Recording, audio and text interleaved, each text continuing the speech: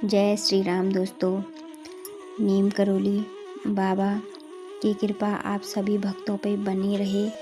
आप अपनी ज़िंदगी में खूब उन्नति करें।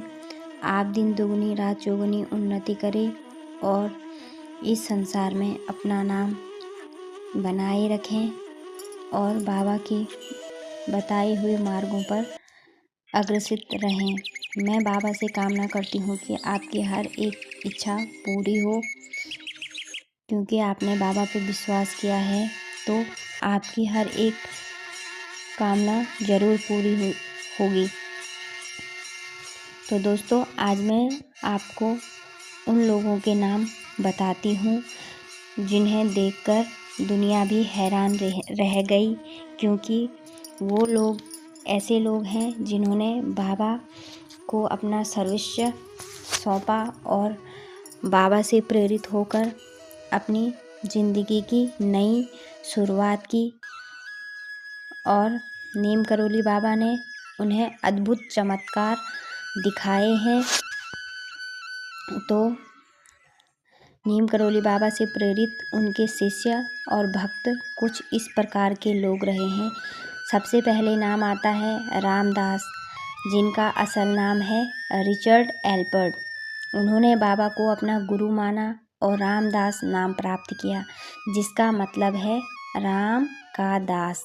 रामदास ने अपनी आध्यात्मिक यात्रा और बाबा के अनुभवों को अपनी किताब और प्रवचन में बहुत आगे बढ़ाया। दूसरे हैं लैरी ब्रिलियंट। ये एक अंतर्राष्ट्रीय स्वास्थ्य विशेषज्ञ हैं। बाबा ने उन्हें सुब्रमण्य नाम दिया।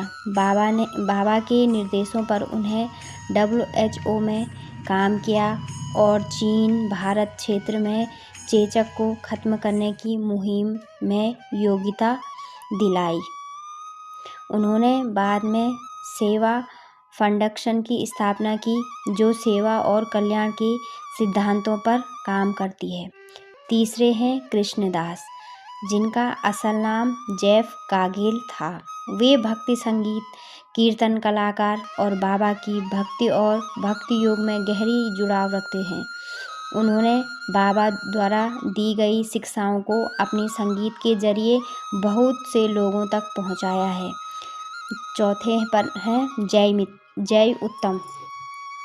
जय उत्तल एक संगीतकार और भक्ति कीर्तन करने वाले हैं।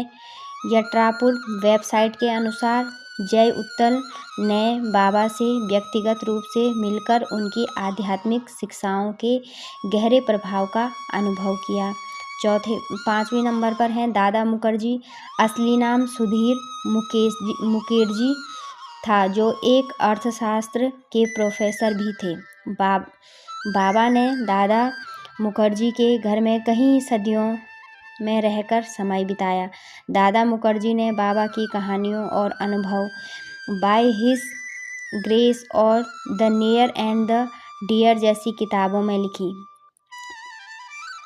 छठवें नंबर पर आती हैं माँ सिद्धि माई।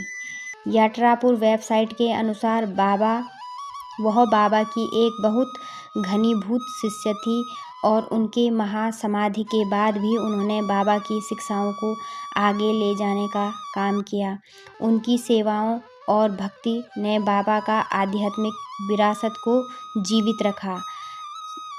जैक डॉर्सी, ये 7वें नंबर की थी।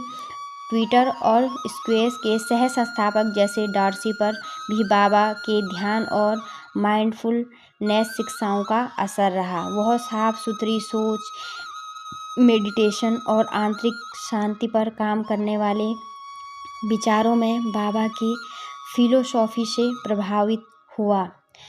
नीम करोली बाबा की प्रेरणा सिर्फ हिंदू धर्म या भारत तक सीमित नहीं है, ना ही रही है। बहुत सारे पश्चिम विचारक, चिकित्सक, संगीतकार और टेक्नोलॉजी के बड़े नाम उन्हें गुरु मानते थे और उनकी शिक्षाओं का असर उनके जीवन और काम पर दिखा। उनकी शिक्षाओं का मुख्य तरीका है भक्ति योग, सेवा और सरलता, और यही सिद्धांत इन शिष्यों के जीवन में गहरा प्रतिबिंब